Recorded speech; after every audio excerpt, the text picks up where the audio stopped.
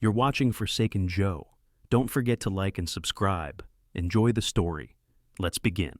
The first jab came before the damn appetizers hit the table. We were sitting in that oversized dining room of Emily's parents' house. The one with the fake antique chandelier and glass cabinets full of dishes no one actually uses. Her whole family was dressed like they'd stepped out of a country club brochure. I had on a button-down shirt from Kohl's and boots I'd wiped down in the driveway. My name's Michael. I'm 36, from Joliet, Illinois. I work as a mechanic. I fix things. I don't play tennis or talk about wine pairings or whatever the hell they were laughing about when I walked in. Emily looked like she belonged there. Hair perfect, lipstick spotless, gold jewelry that caught every bit of light.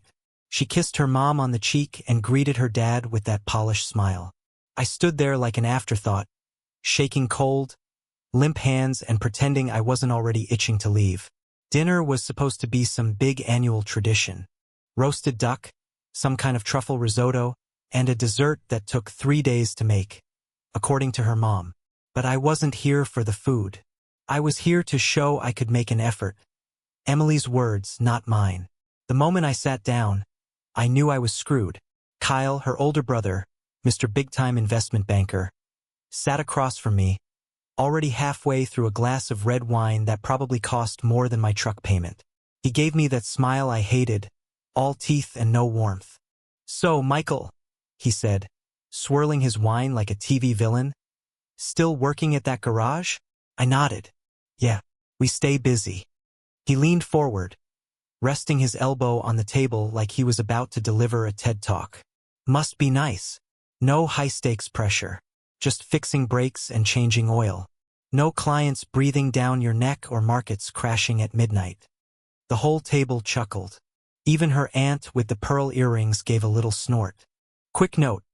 Before we go deeper, share which city or country you're watching from." I forced a tight smile and reached for my water. My hands felt rough against the smooth glass. I knew what this was. Same game every year. I wasn't one of them, and they loved reminding me. I glanced at Emily, hoping for some kind of backup. She didn't even look at me, just kept cutting her duck, sipping her wine. When the laughter died down, she finally said, "Just let it go, babe. Let it go." Like it was nothing. I swallowed the heat in my throat and picked up my fork again, already counting the minutes till this dinner from hell was over. I kept chewing, pretending duck and humiliation went well together. Emily's uncle started rambling about his latest trip to Portugal. Something about private vineyards and how Americans don't know wine. Her cousin chimed in about a new crypto fund he'd joined. I didn't say a word. I had nothing to add, and they knew it. That was the point. Every now and then, I'd catch Kyle watching me, like he was waiting for a reaction. I kept my eyes on the plate and nodded politely, like a trained dog trying not to bark. Then he leaned in again.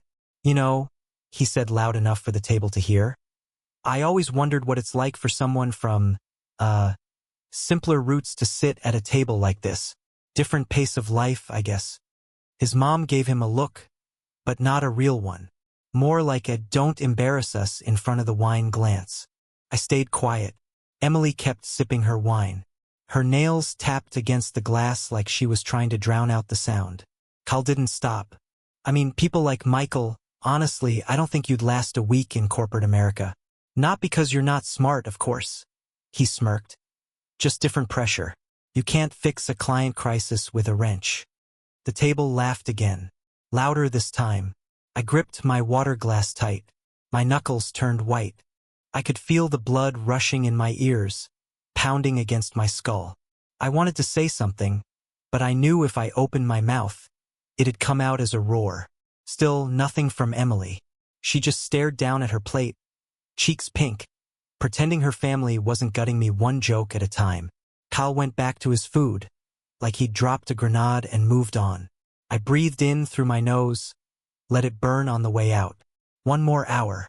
Just one more hour. Then Kyle reached for the mashed potatoes. He picked up the dish, held it like he was about to serve himself another scoop, then looked straight at me. "You want some, Mike?" His voice had that fake cheer, the kind people use before doing something they know is wrong. I didn't answer. "Don't be shy," he said. And in one smooth, deliberate move, he dumped the whole thing in my lap. The potatoes hit like wet cement. Hot, thick, creamy. It soaked through my jeans instantly. I froze. Couldn't move. Silence. You could have heard a damn fork drop. Then Kyle laughed. Loud. Forced. Too loud. Like he was daring everyone to join in. Relax, man. It's just a joke. Lighten up. His dad gave a nervous chuckle. Emily's mom let out a dry laugh. Her cousins started snickering, and then the whole table followed. Like they were all waiting for permission to laugh at the poor mechanic who didn't know how to take a prank. Except Emily. She looked away, shaking her head like she was embarrassed. For me, that's when it hit me. She wasn't shocked. She wasn't mad. She just wanted me to sit there with mashed potatoes in my lap and play nice. I stood up slow, every joint stiff, my thighs burning from the heat. I looked down at the ruined jeans, then up at the room full of people laughing at me like I was some clown they hired for dinner. No one said sorry. No one offered a napkin. No one cared. And Emily, she still hadn't looked at me. I could feel the mashed potatoes soaking through my pants, hot and sticky against my thighs, creeping into my shirt. The heat clung to me like a bad rash, but it wasn't just the food. It was the humiliation. Stuck to my skin, burned through it. Kyle kept laughing, but it didn't sound right anymore. Too loud. Too fake. He looked around, trying to drag everyone else back into it. Come on, he said, waving a hand. You gotta admit, that was hilarious. No one responded. A couple of cousins looked down at their plates. His mom started dabbing the corner of her mouth with a napkin, eyes wide but lips zipped shut. Then, finally, Emily spoke. Michael, she said with a sigh. Just take the joke. I turned to her, stunned. Are you serious? She nodded like she was exhausted. Please don't ruin the evening. Just lighten up. It's not that deep. I stared at her, waiting for a punchline. Nothing. She wasn't joking. Not that deep, I said. My voice was low but shaking. He just dumped food in my lap in front of everyone. She reached for her wine again, barely looking at me. It was childish, sure, but you're making it worse. That was it. I was done. Every time it was the same thing. Let it go. Don't make a scene. They don't mean it. I'd swallowed every insult, every backhanded compliment, every snide remark they threw my way. But sitting there drenched in mashed potatoes while my own wife told me to lighten up? No more. I turned back toward Kyle. He was grinning like he'd just scored a touchdown. You gonna cry now, grease monkey? He said, eyes locked on mine. Maybe you can go fix something in the garage to cool off. I felt something snap. You really think you're better than me? I said, stepping around the table, my boots thudding against the polished wood floor. Kyle raised his eyebrows, amused. I don't think I know. You're a walking joke, man. You don't belong here and you never did. I took another step. The laughter was gone. Everyone froze. Emily stood up halfway, hand on the back of her chair, but she didn't move toward me. Say that again, I said. Kyle stood too, squaring up like this was some frat party. You heard me. You're a charity case with dirty hands and a bad attitude. My fists clenched so tight, I could feel my nails digging into my palms. My jaw was locked. My whole body felt tight, coiled, like if I didn't release something, I was going to explode right there. Emily's dad finally stood, saying something like, let's calm down. But I didn't hear the rest. All I could hear was Kyle's voice echoing in my head. Walking joke. Doesn't belong. The room waited. No one stepped in. No one said a damn word that mattered. And Kyle just smiled. My chest tightened like someone was pressing a cinder block against it. I could feel the weight of every snide comment, every fake laugh, every time I bit my tongue for the sake of peace. All of it crashed down at once like the room was too damn small to hold it anymore. Kyle stood there with that smug grin, daring me to break. You know what your problem is? He said, brushing invisible dust off his blazer. You think hard work makes you special. But nobody here gives a shit about spark plugs and oil changes. Couldn't breathe. That sharp pain shot through my ribs, tight, burning. Not from him. From me. From holding this in for too long. He leaned in a little. Guys like you don't matter here. You're just the blue-collar plus one. I didn't think. I moved. My fist flew forward before I even registered it. I felt it land solid right across his jaw. Kyle stumbled back, eyes wide like he couldn't believe I actually did it. He clipped the edge of the table, knocking over a full glass of red wine that shattered on the floor with a loud crash. The room went dead silent. You could hear the drip of wine hitting tile. Emily gasped. Not a scared gasp, a betrayed one. She stared at me like I'd just murdered someone in cold blood. Her hand covered her mouth, and she shook her head slowly, like she didn't recognize the man standing in front of her. Kyle groaned and tried to steady himself. His knees wobbled as he grabbed the back of a chair for balance. One hand clutched the side of his face, eyes blinking like he was trying to focus. "What the hell, man?" he barked. He took one step toward me and his foot caught the leg of the chair. He lost balance and went down hard, the chair toppling sideways with him. His mom screamed. Emily rushed forward a few feet but didn't touch him. She turned to me, horrified. "What is wrong with you?" I didn't answer. My hand throbbed. I could feel the skin across my knuckles tearing open. But I didn't regret it. Not one bit. Emily's dad moved to help Kyle up, but Kyle shoved him away and sat up on his own. His lip was bleeding now. He wiped it with the sleeve of his white dress shirt and looked at the stain like it offended him more than the punch. "You're a lunatic," he snapped. "You don't belong in a place like this." Pointed at him. "You're damn right I don't." Emily's voice cracked. "You just assaulted my brother. In front of my entire family." I looked at her, my breathing heavy. "After what he did to me, you think I'm the problem?" She didn't answer, just stared. Her silence said everything. Kyle sat there, slouched and stunned, cradling his jaw like a wounded animal that still thought it was king of the hill. The rest of the table didn't move. Nobody made a sound. Nobody stood up for me. Again, I wiped the sweat from my brow with the sleeve of my shirt. My heart still racing. My body shaking, but not from fear. From finally being done pretending I was okay. Someone screamed Kyle's name like he'd been shot. A chair scraped back hard against the tile. His aunt ran over, bending down next to him with a napkin like she was about to perform surgery. "Get up!" someone yelled. "Is he okay? Help him." Kyle sat there groaning, still holding his jaw, still bleeding. But he was conscious, alert, just stunned, and pissed. I stood there, hand burning, chest heaving. Sweat clung to the back of my neck. No one even looked at me except to glare, like I was the threat, the criminal. Emily's mom gasped again, this time in that dramatic soap opera way. "What is wrong with you, Michael?" Emily finally stepped between us. Not to defend me, just to draw a line. Her face was pale, but her voice was steady. "You need to apologize. Right now." I stared at her. "For what? Defending myself?" She shook her head hard. "You hit him, and he humiliated me in front of everyone. You didn't say a word when he dumped food on me like I was garbage." That was different. No, it wasn't. The whole room was watching. Nobody cared that Kyle baited me all night. Nobody gave a damn that I sat there swallowing every insult for the sake of keeping the peace. Emily crossed her arms. "This is my family, and you've ruined everything." That hit harder than the punch. "I ruined it?" I said. "Not Kyle? Not the years of him tearing me down every chance he got? You all laugh when he mocks me, but I throw one punch and suddenly I'm the monster?" Her voice dropped. "You made a scene. You embarrassed everyone." "No," I said.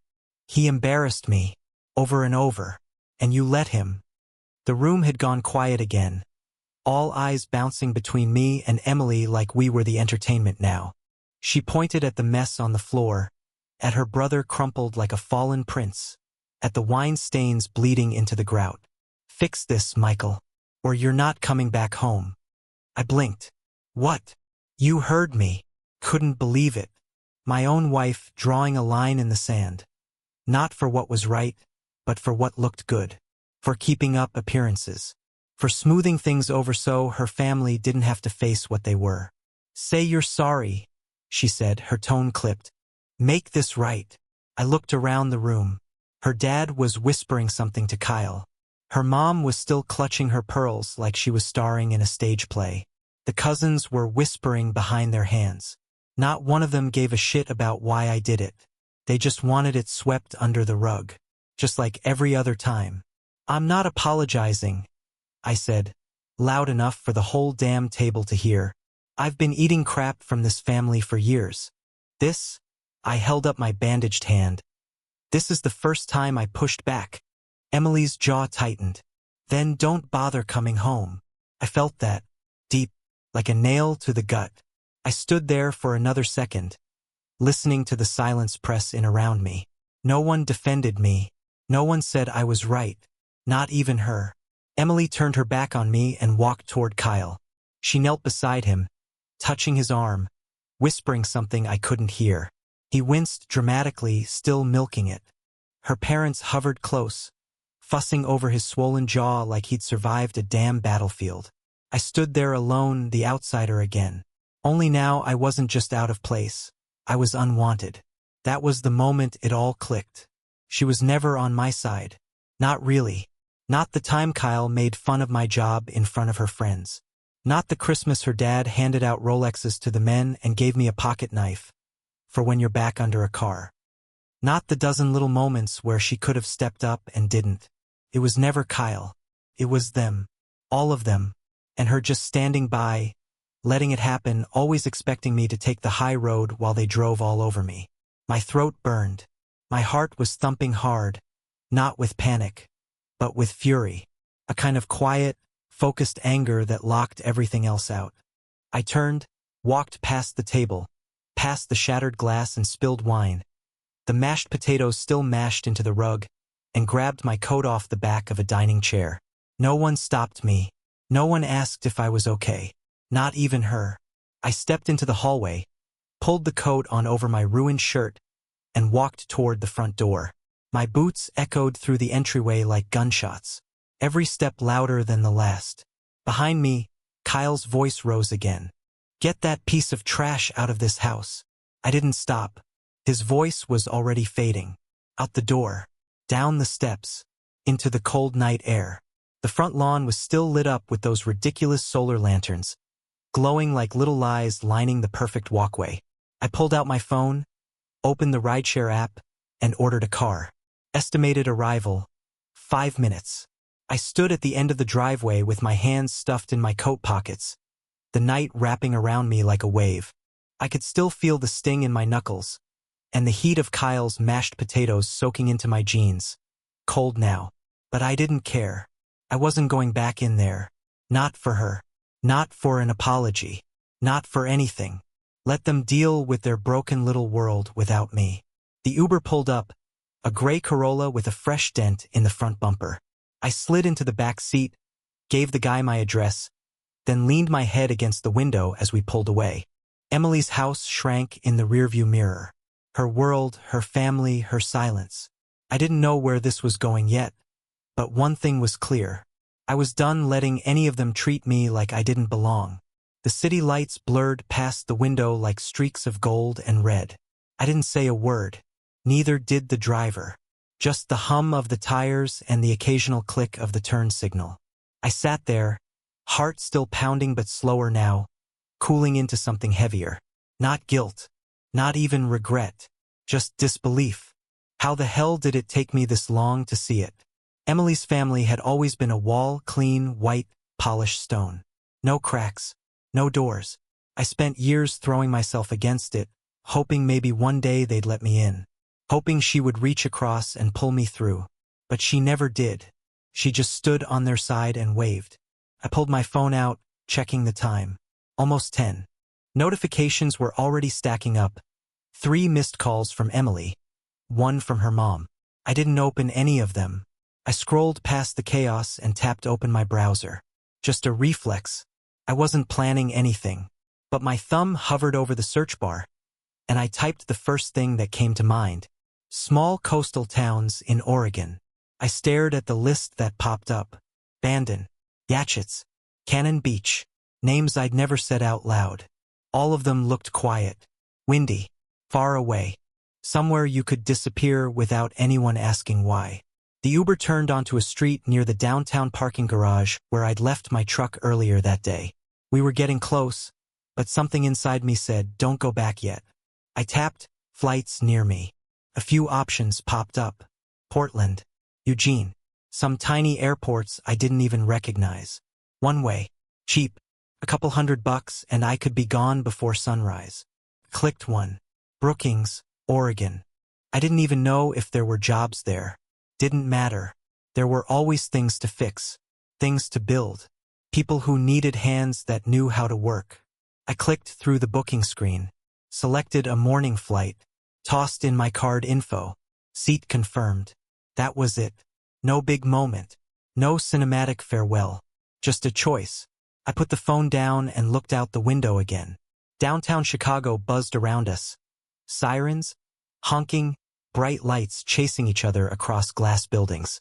It all felt fake now. Loud for no reason. The car stopped at the curb near the garage. I didn't move right away. The driver glanced back. "You good?" "Yeah," I said. My voice sounded calmer than I expected. Change of plans, though. I gave him the name of a cheap motel by the airport. Nothing fancy, just a place to crash till the flight. As he pulled away from downtown, I sat back and let the tension fall off me like a jacket I didn't need anymore. I wasn't going back to Emily's. Not tonight. Not ever. That chapter was over. The first thing I noticed when I stepped off the plane in Oregon was how quiet everything felt. No car horns, no phones buzzing, no fake laughter trying to fill silence. Just wind. Cold, salty air cutting straight through me, like it wanted to clean out everything I'd been dragging behind me. Brookings was small, barely more than a few streets, a harbor, and a coastline that looked like it hadn't changed in decades. The kind of place where people waved just because they saw you. I checked into a rundown motel a few blocks from the beach. Nothing fancy, just a firm mattress, a working shower, and a heater that clicked when it kicked on. I slept for 10 hours that first night, then woke up not knowing what the hell to do with myself. So I walked. Miles of shoreline, wet sand beneath my boots, sea foam curling in like the ocean was breathing. I watched waves slam into black rocks that had probably been sitting there longer than any of us have been alive. It was the first time in a long time I didn't feel like I had to be anything. Didn't have to defend myself, impress anyone, or keep the peace. After a couple days, I stopped into a hardware store to grab a screwdriver. Something about having a tool in my hand again made me feel like myself. The guy behind the counter noticed my boots and asked if I was local. I said no, just passing through. "You do handy work?" he asked. "Yeah," I said. "That's kind of all I do." Next thing I knew, I was fixing a busted porch for an old lady who paid me in cash and fresh muffins. Then it was a leaky sink for the guy who ran the bait shop. A broken fence. A garage door that needed new springs. Nobody asked where I came from. Nobody cared what I used to be. They just looked at the work, nodded, and said thanks. By the end of the week, I had enough to cover the motel another few nights and a few local names saved in my phone. One afternoon, I wandered into a small cafe on the edge of town. Coastal brew, blue trim, chalkboard menu. The smell of fresh bread and coffee hitting you the second you walked in. That's where I met Sarah. She was wiping down the counter, dark hair pulled into a loose ponytail, sleeves rolled up, apron streaked with flour. "You're not from around here," she said without even looking up. "Is it that obvious?" She smiled. "It's the jacket. You're not wearing layers like someone who knows what 50 degrees really feels like." I laughed, probably for the first time in days.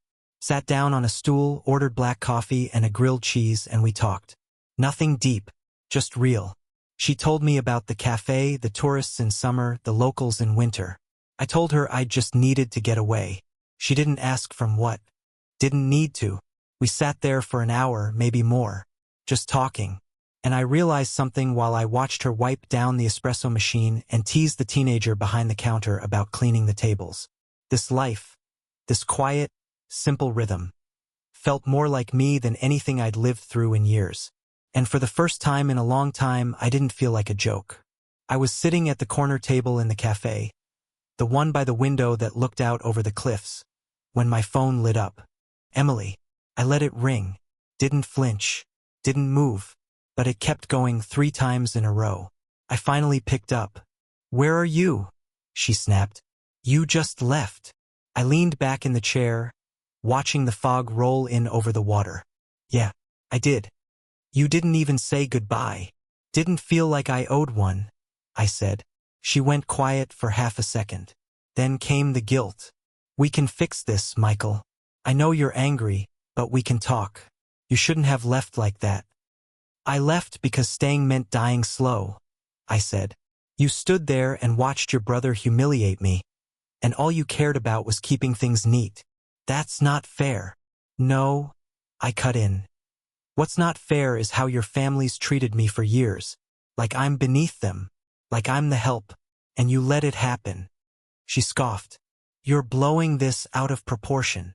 You told me to apologize or not come home, so I'm choosing the second one." "You're ruining everything," she snapped. "You're throwing away our future over one fight. That hit wrong." "One fight," I said, laughing dryly.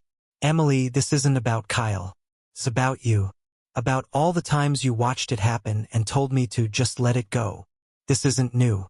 This is every year." She was breathing hard now. I could hear her pacing.